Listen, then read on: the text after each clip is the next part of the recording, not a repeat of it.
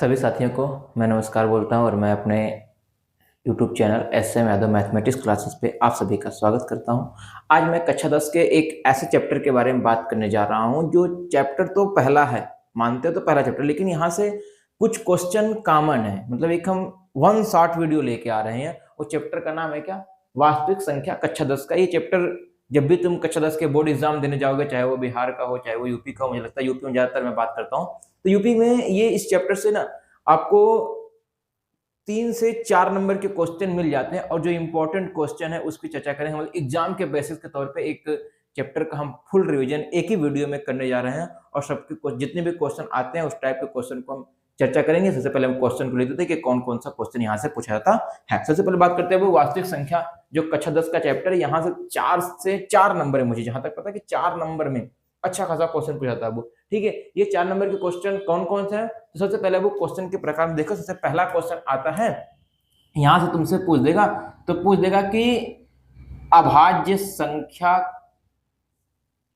के तौर पे पूछ देगा 1 नंबर में कि निम्न में से कौन सी संख्या अभाज्य है। दूसरा क्वेश्चन तुमसे पूछ सकता है दूसरे टाइप का कि निम्न में से कौन सा सह अभाज्य है। ठीक है, तीसरा जो इसका टाइप पूछने का है वो पूछ देगा कि एलसीएम निकालो। चौथा कह देगा एचसीएफ निकालो। पांचवी कंडीशन कह सकता है तुमसे कि एलसीएम हो गया, एचसीएफ को कहेगा अब इनका प्रूफ करके दिखाओ कि एलसीएम गुणे एचसीएफ बराबर क्या, दो संख्याओं का गुणनफल। और एक अलग से क्वेश्चन पूछ देगा, बोल देगा तुमसे कि एलसीएम इसका ये है, इन दोनों नंबरों का एलसीएम तुमको ये दिया गया है और इसका एचसीएफ निकालो। या फिर तुमको कहेगा भैया एचसीएफ दिया हुआ है और तुम क्या निकालो, एलसीएम निकालो। इस प्रकार से क्वेश्चन। और एक कहेगा कि इन संख्याओं का तुम क्या करो, अभाज्य गुणनखंड करो। तुम्हें भाज्य संख्या दे देगा और उसका कहेगा क्या करो, अभाज्य गुणनखंड करो। एक सबसे मोस्ट इंपॉर्टेंट है, वो तुमसे कहेगा कि बताओ कि प्रूव करके दिखाओ कि ये इरेशनल नंबर है कि नहीं। मतलब कि जैसे पूछ देगा √3, √5, √7, √11 ये सब रियल अपरिमेय संख्या है कि नहीं है। जैसे इस प्रकार से कह देगा 2 + √3 या फिर 2 √7। इस तरह से तुमको क्वेश्चन दे देगा। इस चैप्टर से इतने ही टाइप्स के क्वेश्चन बनते हैं। ये मैंने मैक्सिमम टाइप्स के चर्चे कर दिए हैं। ये कक्षा 10 के बिल्कुल इंपॉर्टेंट टॉपिक है। वास्तविक संख्या से 4 नंबर। मैं नहीं बोल रहा हूँ कि सारे के सारे आएंगे, ऐसी बात नहीं है बाबू। सारे के सारे नहीं आएंगे, सारे के सारे नहीं आएंगे, लेकिन हाँ इनमें से 1-2 टाइप्स के तुमसे हर बार पूछा गया है। ये भी नहीं कि मैं इस बार की बात कर रहा हूँ, आने वाला जो भी एग्जाम तुम्हारा 24-25 में, जो भी 25 में एग्जाम है मैथ का, इस पेपर की अगर बात करूं 2025 में, तो यहाँ से मुझे लगता है कि 3 नंबर 4 नंबर में क्वेश्चन पूछ देगा। और ये तो याद कर लो बेटा, ये इंपॉर्टेंट चीज है, अपरिमेय सिद्ध करना। यहाँ से तो 2 नंबर का क्वेश्चन फिक्स रख लो, या तो ये देगा या तो ये देगा या तो ये देगा, फिर या तो ऐसा दे सकता है √p या फिर √q या फिर √a, ऐसे भी तुमको पूछ सकता है, कभी कभी पूछा है। तो ऐसी चिंता हमें नहीं करनी है। वो इन क्वेश्चन पे हम सबसे पहले एक साथ में जल्दी जल्दी में, मतलब कि ज्यादा नहीं जाएगी वीडियो, 1 घंटे के इर्द गिर्द के अंदर ही कंप्लीट कर लेंगे इसको। और इसको टोटल टॉपिक हम तुम्हें कंप्लीट करके दिखाएंगे कि हम किस प्रकार से लगाएंगे। अभाज्य संख्या क्या होती है, सहअभाज्य संख्या क्या होती है, एलसीएम कैसे निकालते हैं, एचसीएफ कैसे निकालते हैं, इनको प्रूफ कैसे करते हैं। अगर तुमको एलसीएम दिया है, एचसीएफ निकालना है, या फिर एचसीएफ दिया तुमको एलसीएम निकालना, वो कैसे करेंगे, इरेशनल कैसे प्रूफ करेंगे, इनका फैक्टर कैसे करेंगे, अभाज्य गुणनखंड, पूरे के बारे में चर्चा इस पूरी वीडियो में मैं करूंगा। तो वीडियो पे बने रहना, शुरू से अंत तक देखना वो, क्योंकि अगर इतना भी तुम देख के जाते हो तो मुझे लगता है कि 4 से 5 नंबर का क्वेश्चन तुम अपने एग्जाम में करके आओगे। पॉइंट ऑफ व्यू से देखना, एग्जाम के तौर पे पढ़ना। ऐसा नहीं है कि अभी तक नहीं पढ़े हो तो तुम्हारा काम नहीं चलेगा, चल जाएगा। मैं कोशिश करूंगा कि आगे भी 1 शॉट ही लेके आऊंगा। ठीक है, 1 शॉट ना समझना, इसको तुम गन शॉट समझना, क्योंकि ये बहुत ही इंपॉर्टेंट टॉपिक है। मैं इस पर चर्चा करने जा रहा हूं। तो सबसे पहले मैं अगर चर्चा कर लूँ तो भाज्य संख्या और अभाज्य संख्या पर चर्चा करूं। देखो नॉर्मल चर्चा करूंगा मैं ऐसे ऐसे। तो अगर मैं बोलूं कि भाज्य संख्या क्या होती है, हाँ एक ना सम विषम में भी आ जाएगा, तो अभी मैं उसके बारे में भी बोल सकता हूँ। सम विषम जल्दी आता नहीं है, वैसे कभी कभी 1 नंबर में पूछ दिया कि कौन सम है कौन विषम, वैसे ये पूछता नहीं है। ठीक है, लेकिन हाँ अब आते हैं कि भाज्य संख्या क्या होती है। अब मैं बताता हूं तुमसे एक चीज मेरी और नोटिस कर लेना। अगर तुमको जल्दी जल्दी में कवर करना हो तो ये वाली वीडियो पूरी देख लेना। अगर तुम्हें और डिटेल पढ़नी हो डिस्क्रिप्शन बॉक्स में जाना या फिर मेरे चैनल पर विजिट करना। मैंने भाज्य संख्या, अभाज्य संख्या, सहअभाज्य संख्या की एक वीडियो बना के रखी है। एलसीएम एचसीएफ कैसे निकालते हैं उसकी भी एक वीडियो बना के पड़ी हुई है। अंडर रूट वाला ये कैसे प्रूव करते हैं वो भी एक वीडियो है। सम विषम क्या है वो भी एक वीडियो है। नंबर सिस्टम पूरा का पूरा क्या है उसकी भी एक वीडियो पड़ी हुई है। ठीक है, तुम पूरा कवर कर सकते हो वहां पे जाके। लेकिन मैं कहता हूं कि अगर जल्दी जल्दी में करना हो, अगर तुम थोड़ा बहुत पढ़े हो, इसको देख के तुम्हारा 4 से 5 नंबर का काम हो जाएगा। और साथ में बने रहना, रुकना नहीं, पूरा का पूरा तैयारी करना है। पेन कॉपी लेके तैयारी साथ में करते रहो। कुछ एग्जाम्पल मैं तुम्हें दूंगा भी, जो अपने हिसाब से प्रैक्टिस कर लेना, बाकी एक दो मैं यहाँ पे करवाता रहूंगा। ठीक है, सबसे पहले हम 1 मिनट भाज्य संख्या अभाज्य संख्या को रुक के फटाफट हम संख्याओं के बारे में चर्चा कर लेते हैं। तो वास्तविक संख्या में आते हैं। सबसे पहले बात करते हैं नेचुरल नंबर। नेचुरल नंबर दिखाते हैं किससे, n से, जो 0 से शुरू, सॉरी जो 1 से शुरू होता है, सॉरी गलती हुई, जो 1 से शुरू होता है कहां तक जाता है वो इनफाइनाइट जाता है। उन्हें हम क्या कहते हैं, नेचुरल नंबर कहते हैं, जिन्हें हम कहते हैं क्या, प्राकृतिक संख्याएं। के दूसरा आता है हमारा होल नंबर, जिसको हम पूर्ण संख्याएं कहते हैं। जो 0 से शुरू होता है, 1 2 3 4 5 कहां जाता है वो इनफाइनाइट जाता है, इसे हम होल नंबर कहते हैं, पूर्ण संख्याएं कहते हैं। इसका तीसरा आता है हमारा क्या, पूर्णांक, जिसको किससे पैसे कहते हैं, जेड से इंटीजर बोलते हैं। इंटीजर हमारे क्या होते हैं, जो हमारे क्या हो, जो प्लस में भी हो, मतलब ये जो संख्याएं हमारे पास है वो पॉजिटिव नंबर भी हो, और साथ ही साथ क्या वो निगेटिव, मतलब -1 2 3 4 5 प्लस क्या हमारा 0, उसके बाद प्लस में 1 2 3 4 5। तो जो पॉजिटिव वाले होते हैं उन्हें धनात्मक पूर्णांक कहेंगे, निगेटिव वाले होते हैं उनको ऋणात्मक पूर्णांक कहेंगे, और जो 0 होता है ये ना तो धनात्मक और ना ही क्या हमारा है ऋणात्मक। इसका जब चर्चा करेंगे हमारा तो आ जाए क्या, परिमेय संख्या, जिसको लिखते हैं किससे, वो हम q से। ऐसे संख्याएं जिनको हम p बटे q के रूप में क्या कर सकते हैं, लिख सकते हैं, जहां q नॉट इक्वल टू 0 होता है और p और q क्या होते हैं, वो पूर्णांक होते हैं। इन्हें हम कहते हैं क्या, हम परिमेय संख्याएं के, जैसे 2/5, 3/7, ये हमारी क्या हुआ है, 2/9, 1/3, ये हमारी क्या है, परिमेय संख्या है। इसका आता है वो अपरिमेय संख्या, जिसको हम किससे दिखाते हैं, p से दिखाते हैं, या फिर s से दिखाते हैं, या फिर कहीं कहीं ps मान लो। ठीक है, चाहे p मानो चाहे s मानो। तो अपरिमेय संख्या क्या होती है, वो अपरिमेय संख्या जो संख्याएं किसमें होती हैं, अंडर रूट में होती है। जिनका अंडर रूट हम नहीं निकाल पाते हैं उन्हें हम क्या कहते हैं, अपरिमेय संख्या कहते हैं। इसी अपरिमेय संख्या को यहाँ पे प्रूव करने के लिए किया जाएगा। ठीक है, इसका हमारा आता है क्या, रियल नंबर, जिसको कहते हैं क्या, वास्तविक संख्या। वास्तविक संख्या क्या होती है, जिसमें natural number, whole number, integer, फिर हमारा क्या वो परिमेय संख्या और हमारी क्या अपरिमेय संख्या, सब के सब आते हैं। मतलब परिमेय संख्या और अपरिमेय संख्याओं के समूह को हम क्या कहते हैं, वास्तविक संख्या कहते हैं। ठीक है, यहां तक अगर आपको क्लियर हो गया हो तो मैं तुरंत आगे बढ़ता हूं। और आगे मैं बढ़ता हूं, ये देख लेना एक बार, सबको क्लियर है, नहीं क्लियर है तो जाके वीडियो देख लेना, लिंक में है, लेकिन मुझे लगता है क्लियर हो जाएगा, कोई दिक्कत नहीं है। अब आते हैं हम भाज्य संख्या की बात करते हैं, और किसकी बात करते हैं, वो अभाज्य संख्या। देखो ये एक तरह से वन शॉट है, मैं थोड़ा तेज चलूंगा, ये मत कहना सर ने तेज पढ़ाया और चले गए, हमें कुछ बेटा समझ में आएगा, लेकिन तुम्हें देखना पड़ेगा ढंग से, क्योंकि तेज तो मैं चलूंगा ही चलूंगा, क्योंकि ये वन शॉट है, वन शॉट में मैं तेज चलूंगा, जल्दी जल्दी मुझे कवर करना है, क्योंकि तुम्हारा पेपर करीब है। ठीक है, तो ऐसी कंडीशन में जब बात करो तो सबसे पहले मैं बात करता हूं भाज्य संख्या की। और भाज्य संख्या क्या है तो सबको पता होनी चाहिए, वो वे संख्याएं जिनका 2 गुणनखंड होता है। ठीक है, 2 गुणनखंड होता है, काम नहीं चलेगा, 2 से अधिक होता है, मतलब एक तो वह संख्या खुद से कट जाए, और एक वह 1 से कटे, और इसके आगे कुछ और से भी कटे, मतलब खुद से। जैसे मैं अगर बोलूं 2 तो 2 तुम्हारा किस में आ जाएगा, एक देखो भाज्य संख्या जिसके पास कम से कम 2 से अधिक गुणनखंड हो, और अभाज्य संख्या जिसके सिर्फ और सिर्फ क्या वो 2 गुणनखंड हो। तो ऐसे कंडीशन में चर्चा कर लो। जैसे मैं अगर बोलूं 3 तो 3 क्या हमारे अभाज्य है, 5 भी क्या अभाज्य, ये बोले तो ये सिर्फ 3 से कटेगा, ये किससे कटेगा, 5 से कटेगा, 3 से भी कटेगा, 1 से भी कटेगा, 5 से भी कटेगा, 1 से कटेगा, ये हमारा क्या अभाज्य। लेकिन मैं अगर भाज्य में आ जाऊं तो 6 जो किससे कटेगा, 2 से भी कटेगा, 3 से भी कटेगा, किससे कटेगा वो ये 6 से भी कटेगा। ठीक है, तो ये हमारा किस्म 1 से भी कटेगा। देखो इसके 2 से अधिक गुणनखंड, जिनके 2 से अधिक गुणनखंड होंगे उन्हें हम क्या कहते हैं, भाज्य संख्या कहते हैं। जिनके 2 से अधिक गुणनखंड नहीं होते उन्हें हम क्या कहते हैं, वो हम अभाज्य संख्या कहते हैं। तो भाज्य संख्या सबसे छोटी भाज्य संख्या क्या होती है, वो 4 होती है। सबसे छोटी अभाज्य संख्या क्या होती है, 2 होती है। सभी की सभी जो भाज्य संख्याएं होती हैं वो विषम होती हैं। सिर्फ और सिर्फ एक ऐसी संख्या है 2 जो क्या वो सम अभाज्य संख्या है। ठीक है, यहां तक अगर क्लियर हो गया हो तो मैं तुरंत आगे बढ़ता हूं, क्योंकि मैं अभाज्य और अभाज्य क्लियर कर लिया। ठीक है, अब आते हैं क्या, सह अभाज्य संख्या। सह अभाज्य संख्या क्या होता है, वो सह अभाज्य, सह मतलब देखो साथ में, अभाज्य तो साथ में। अगर हम अभाज्य की बात करेंगे ना तो उन संख्याओं को हम सह अभाज्य संख्या बोलेंगे, जो संख्याएं क्या होती है, वो 2 संख्याएं हो लेकिन दोनों में कोई भी गुणनखंड उनका क्या हो, कॉमन न हो। ठीक है, तो ऐसी कंडीशन में मैं सह अभाज्य के बारे में चर्चा करूं। यार ये ठीक नहीं है, लगता है रुमाल से मिटाना पड़ेगा, तो मैं मिटा देता हूं, इसको भी खटाखट क्लियर करते जाता हूं। ठीक है, अब बात कर लेते हैं किसकी, सह अभाज्य संख्या की। ठीक है, तो इनको फटाफट साइड में रहने दें, क्योंकि जैसे जैसे क्लियर होगा वैसे मिटाते रहेंगे हम, इंपॉर्टेंट तो है ही ये।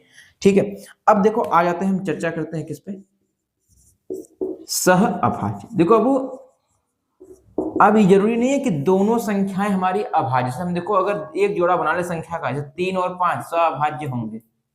ठीक है, सह-अभाज्य ये होंगे, लेकिन हम एक तरीका और है, दोनों भाज्य भी हो सकते हैं। जैसे दो संख्याएं दी हुई, दोनों संख्या भाज्य है, चलेगा। जैसे एक 18-25 में एग्जाम्पल लेना, वो ये 18-25 क्या हुआ, ये सह-अभाज्य युग्म है। कैसे है, देखो इन दोनों का मैं अगर फैक्टर कर दूं ना, दोनों के फैक्टर, दोनों के गुणनखंड में कोई भी गुणनखंड कॉमन ना हो, अगर देखा जाए तो अगर इनका HCF जो हो वो अगर क्या हो, 1 हो, तो हम इसे क्या कहते हैं, सह-अभाज्य संख्या। से 18 का फैक्टर कर दो, वो 2 3 6 त्रिक 18, 25 का फैक्टर कर दो 5 गुणे 5। देखो दोनों में कोई कॉमन है, कुछ भी नहीं कॉमन, मतलब एक के अलावा एक इसका भी होता है, एक इसका भी होता है, एक ही कॉमन है, अतः ये संख्या हमारी क्या वो है, सह अभाज्य संख्या। ध्यान से देखना, वो ये क्वेश्चन बार बार पूछा गया है। ठीक है, कहीं कहीं पे पूछ देता है कि बताओ तुम्हारा 31 और 93 बेटा, 31 93 सह अभाज्य नहीं है, क्योंकि इसका फैक्टर करोगे तो 31 गुणे 1 होगा, 93 करोगे कितना जाएगा तुम्हारा, 31 गुणे 3 हो जाएगा।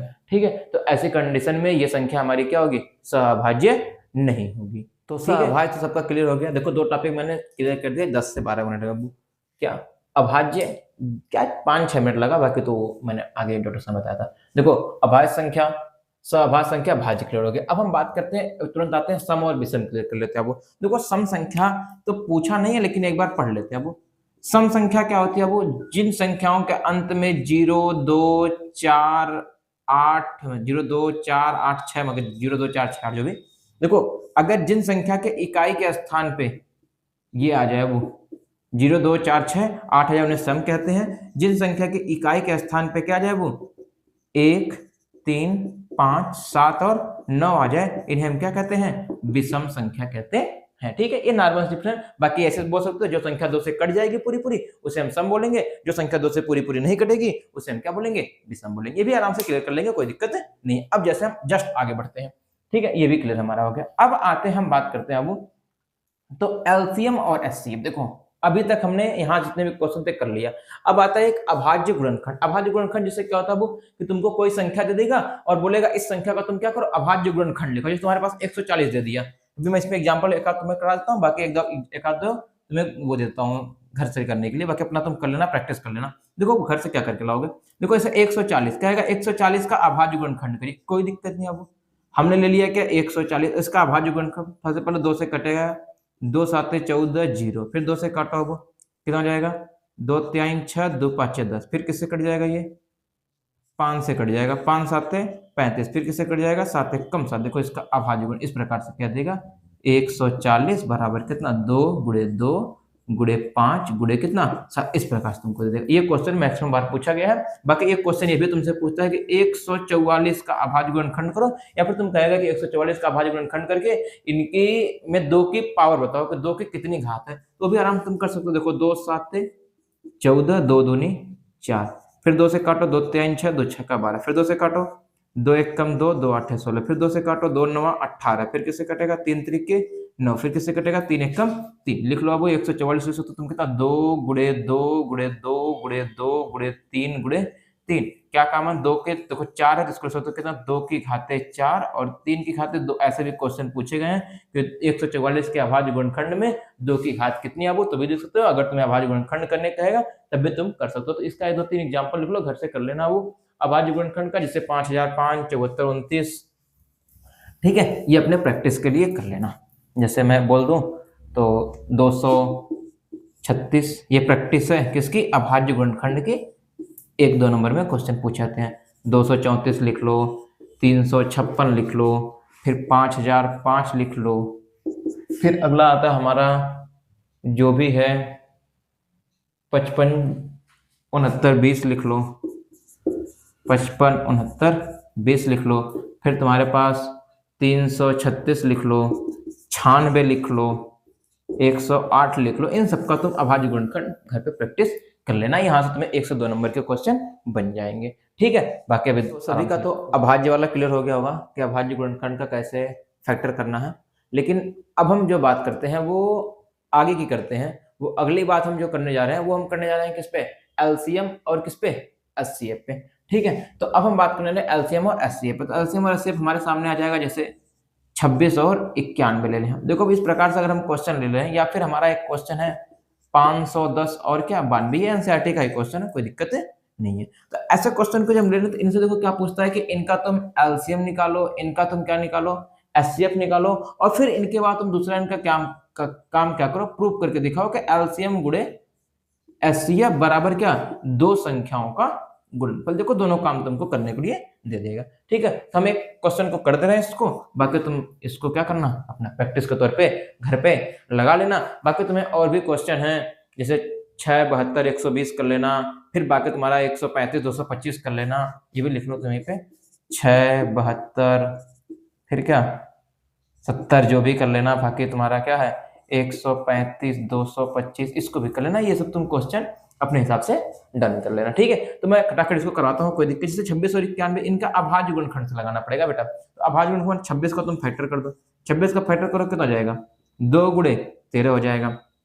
91 का फैक्टर कर दो, वो 91 का फैक्टर करो कितना तुम्हारा जाएगा, 13 गुणे 7 हो जाएगा। अब देखो इनका तुम अगर एचसीएफ निकालोगे, एचसीएफ बराबर देखो कामन क्या, 13 कामन है, 13 इसका क्या आ जाएगा, एचसीएफ आ जाएगा। अगर तुम इसका एलसीएम निकालोगे तो एलसीएम कितना आ जाएगा, 13 गुणे 2 गुणे कितना 7, तो एलसीएम कर लो, 13 दूना 26 और 26 गुणे 7, 7 6 42 को 2 4 का, 7 दूनी 14 4 18, दैट इज कितना 182। अब तुम इसका क्या करोगे, प्रूफ लिखोगे। प्रूफ में क्या लिखोगे कि अगर प्रूफ तुमसे पूछेगा तो, जैसे पूछेगा एलसीएम से पूछेगा तो यहाँ से निकाल छोड़ देंगे, प्रूफ पूछेगा तो ऐसे करोगे।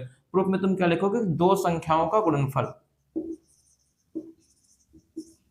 दो संख्याओं का गुणनफल बराबर क्या, उनका लस गुणे कितना उनका मस। ठीक है, देखो जो कॉमन होगा दोनों में वो इसका क्या हो जाएगा, एचसीएफ हो जाएगा। जो कॉमन होने के बाद जो बचेगा उनका मल्टीप्लाई करोगे तो क्या जाएगा, वो एलसीएम हो जाएगा। बाकी तुम एलसीएम ऐसे पढ़ लेना, बाकी डिटेल में वीडियो है। ठीक है, अब देखो दो संख्याओं का गुणनफल, संख्या हमारे पास कौन है, 26 है, और 26 गुणे कितना 91 बराबर इनका लस गुणे मस। तो लस कितना है 13 और मस कितना तुम्हारा, सॉरी मस 13 और लस कितना 182 हो जाएगा, कितना तुम्हारा 182 और गुणे कितना 13, मल्टीप्लाई कर लो, वो कर लोगे तो क्या आ जाएगा तुम यहाँ पे 26 91 का मल्टीप्लाई करके लिख लो फटाफट। मैं लिख दे रहा हूँ 26 91 का मल्टीप्लाई इधर कर दे रहा हूँ, क्या हो जाएगा 26 और 91 का मल्टीप्लाई। देखो तुम्हें करना पड़ेगा ढंग से करना, वो 6 कम 6 6 9 54, 2 1 कम 2 2 9 कितना 18 हो जाएगा, 6 6 8 5 13 और 1 1 कितना 2, 2366। ठीक है, और तुम इसका कर लो तो 13 दूना 26 को 6 हाथ लगा 2 का, 13 8 है 104 और 100 कहीं गड़बड़ हो गया क्या जी, 6 कम 6 6 9 54, 2 1 कम 2 2 9 18, 6 4 2 6 8 5 13 और एक तुम्हारा,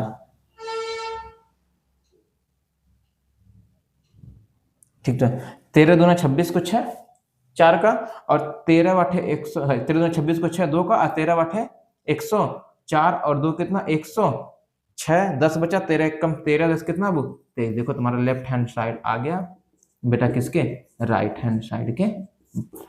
ठीक है, इस प्रकार से तुम इस भी क्वेश्चन कर लेना, प्रैक्टिस तौर पे ये कर लेना बेटा। यहाँ पे मल्टीप्लाई में थोड़ी सी दिक्कत हो गई थी, और यहाँ भी तुम क्या करना, इसको प्रूफ करने का तरीका ये है, बाकी इसकी भी प्रैक्टिस घर पे कर लेना। बाकी तुम्हारे एनसीईआरटी में और भी क्वेश्चन है कर लेना, लेकिन वो देखो 160 है, फटाफट करना, तेजी से करना, तभी तुम कर पाओगे, वरना नहीं कर पाओगे, क्योंकि एग्जाम करीब है, इस हिसाब से तुम तैयारी करो, कोई दिक्कत नहीं। अब मैं आगे की बात करता हूँ। देखो आगे की बात मैं जब करने जा रहा हूँ, तो आगे की बात मैं इसको करने जा रहा हूँ। देखो ये तो हमारा हो गया क्लियर। अब मैं आगे की बात जा रहा हूँ करने किसकी, एलसीएम और एचसीएफ में प्रूफ आता है। जैसे कहेगा कि तुमको एलसीएम दे देगा, कहेगा इसका एचसीएफ निकालो, या फिर तुमको एचसीएफ देगा, कहेगा एलसीएम निकालो, वहां पे संख्या ऐसे देगा। ऐसे क्वेश्चन तुम्हारे सामने मैं लिख दे रहा हूँ इस प्रकार से। क्वेश्चन है, थोड़ा सा देख लो, क्वेश्चन है, दिक्कत होगी। क्वेश्चन है कि 99 153 का एचसीएफ, देखो एचसीएफ दिया है कितना, एचसीएफ बोल रखा है कितने का 99 और 153 का जो एचसीएफ है वो 9 है। तो तुमसे क्वेश्चन पूछ दिया कि एलसीएम बताओ किसका, 99 153 का। देखो ऐसे क्वेश्चन को हम नहीं जाएंगे एलसीएम एचसीएफ निकालने, क्योंकि हमको फार्मूला पता है कि अगर दो संख्याओं का जो क्या होता है वो गुणनफल होता है, दो संख्याओं का गुणनफल, दो संख्या का जो गुणनफल होता है वो क्या होता है, उसके एचसीएफ और एलसीएम का क्या होता है, बराबर होता है। ऐसा क्वेश्चन 2 नंबर से 3 नंबर पूछा था, 1 नंबर का 1 मिनट का काम अब लगाना। देखो एचसीएफ दिया तुमको, एलसीएम निकालना है। तो अगर तुमको एचसीएफ दिया अब तो एलसीएम से दोनों संख्याओं के गुणनफल को डिवाइड कर देना, ठीक है। अगर तुमको एलसीएम दिया, सॉरी अगर एचसीएफ दिया, एलसीएम तो एचसीएफ पूछ रहा है तो एलसीएम से डिवाइड करना, और अगर तुमसे क्या एलसीएम पूछ रहा है वो तो एचसीएफ से क्या करना, दोनों में से कोई एक तुम्हें दे देगा, ठीक है।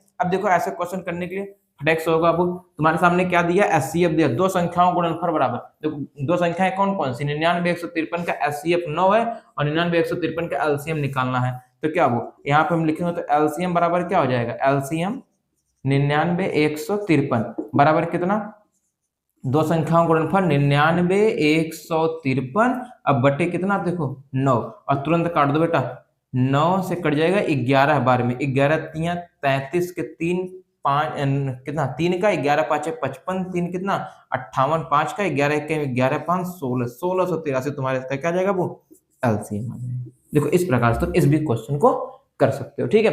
एक और देखो भूल गया मैं, ध्यान से नहीं, अभाज्य युग्म क्या होता है, कभी कभी 1 नंबर में पूछता है कि अभाज्य युग्म। देखो अभाज्य युग्म उसे कहते हैं कि एक ऐसी दो ऐसी अभाज्य संख्या जिनके अंतर कितने का, 2 का हो, जैसे 3 और 5 अभाज्य युग्म, 5 और 7 अभाज्य युग्म, 11 और 13 अभाज्य युग्म, 17 और 19 क्या अभाज्य युग्म, 59 और 61 ये क्या वो अभाज्य युग्म है। मतलब दो ऐसी अभाज्य संख्याएं जिनके बीच का डिफरेंस कितने का हो, 2 का हो, उन्हें हम क्या कहते हैं, अभाज्य युग्म कहते हैं। देखो ये भी हमारा कॉन्सेप्ट क्लियर, बिल्कुल क्लियर। अब हम आगे नहीं जाते हैं, ये भी क्लियर, ये क्वेश्चन इसका कर लेना, ऐसे भी तुम्हें पूछेगा तो कर लेना। अब आते हैं इरेशनल के प्रूफ पे, और इरेशनल का प्रूफ बिल्कुल ढंग से करना बेटा, बिल्कुल ढंग से, बिल्कुल ढंग से। 3 बार मैं कह रहा हूं क्योंकि लास्ट में ना ये ऐसा क्वेश्चन है कि हमको पता है कि इरेशनल है, बिल्कुल हम जानते हैं कि इरेशनल है, लेकिन हमको इरेशनल को प्रूफ करके दिखाना होता है। तो ऐसे क्वेश्चन को हम कंट्राडिक्शन से लिखते हैं, और इस क्वेश्चन की पूरी लैंग्वेज लिख रहा हूं, उसी लैंग्वेज में लिखना और कर लेना बेटा, नहीं तो बार बार पछताओगे। देखो सब क्वेश्चन सेम सेम है, ये भी इसी तरह, चाहे 3 पूछे, चाहे 5 पूछे, 7 पूछे, 11 पूछे, सबके लगाने का तरीका एक है, सब लगा लेना। मैं इसको फटाफट लिख देता हूँ, ठीक है। अब देखा इनको तुम अभी ज्यादा नहीं, मेरे ख्याल से कुल मिला के वीडियो 40-40 मिनट जाएगी, और 40 मिनट में तुम्हारा एक चैप्टर तैयार हो जाएगा। तुम थोड़ा बहुत भी नहीं पढ़ोगे तो भी तैयार हो जाएगा, और अगर ज्यादा डिटेल में देखनी है वो तो फिर तुम्हें डिस्क्रिप्शन में पूरी वीडियो पड़ी हुई है, सबका मैं डाल दूंगा, और सबको जाकर तुम देख लेना, कोई भी दिक्कत नहीं है। अब ध्यान सुनो, लास्ट क्वेश्चन रियल नंबर में इस चैप्टर का लास्ट क्वेश्चन, इससे अधिक नहीं कहीं पूछेगा, एक भी क्वेश्चन नहीं बचा है, इससे अधिक पूछता ही नहीं है। अब आते हैं प्रूफ करने, तुमको पूछेगा कैसे, अब मैं तुमको देखो क्वेश्चन पूछेगा कि सिद्ध कीजिए कि, बाकी मैं एक कराया हूं रूट टू का एक वीडियो है, सिर्फ और सिर्फ मैंने प्रूफ किया, लेकिन यहाँ पे मैं इस वीडियो में प्रूफ कर रहा हूँ, कोई दिक्कत नहीं है। तो क्वेश्चन तुमसे देगा कि सिद्ध कीजिए कि √7 एक क्या है, अपरिमेय संख्या। देखो अब मैंने इस क्वेश्चन के बारे में डिटेल बात कर ली। अब देखो इसको प्रूफ करने का तरीका, तुमसे बोल दिया कि √7 एक क्या अपरिमेय संख्या, वो तो प्रूफ करना, सबसे पहले इसको कॉन्ट्रडिक्शन मेथड लगाएंगे, एज्यूम करेंगे, तो एज्यूम जब भी करेंगे तो हम मान लेंगे कि ये क्या है, वो परिमेय संख्या है, ठीक है। तो बात करेंगे हम, तो कहेंगे लेट, या मान लेंगे लेट, या फिर कह देना तुम क्या हिंदी मीडियम में तो लिख देना माना, हिंदी मीडियम में पढ़े रहे हो, माना करड़ी में 7 क्या एक है, परिमेय संख्या।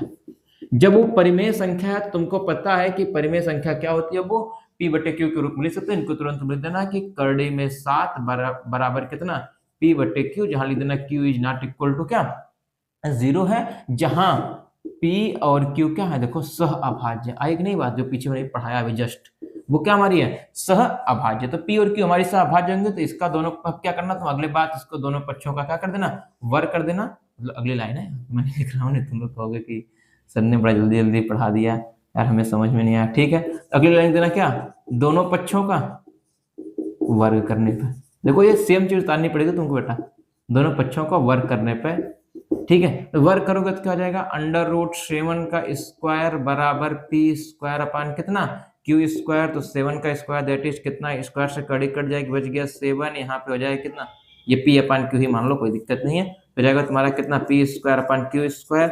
अगली लाइन करना, Q² ले आना, वो कितना जाएगा, 7Q² बराबर कितना, P², तो यहाँ पे कितना ले देना, वो Q² बराबर हो जाएगा कितना, P² अपान 7। तो कहना कि 7 क्या करता है, P² को विभाजित थोड़ी राइटिंग हमारी खराब है, विभाजित करता है, तो क्या होगा बाबू, तो 7 किसको करेगा, P, P को भी विभाजित करेगा। तो 7 क्या करेगा, वो P को भी विभाजित करेगा। जब 7 P को विभाजित करेगा तो क्या हो जाएगा, कितनी बार में करेगा, लिख देंगे हम कितना, P बराबर 7 कि इस मान को उठा के लाके इसमें रख देना।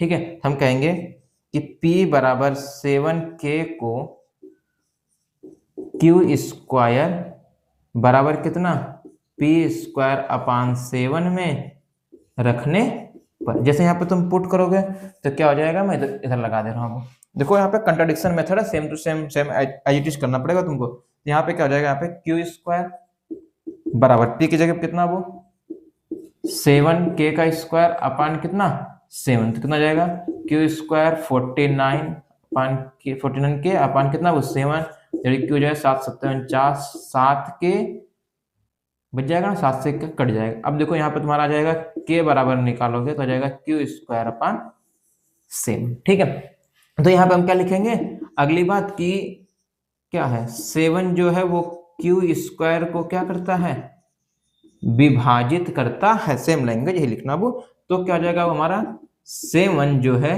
वो Q को भी विभाजित करेगा। देखो 7 तुम्हारा Q स्क्वायर विभाजित किया, वो 7 तुम्हारा Q को विभाजित करेगा। ऐसे कंडीशन में क्या मिल गया हमको, मिल रहा है कि P तथा Q में एक उभयनिष्ठ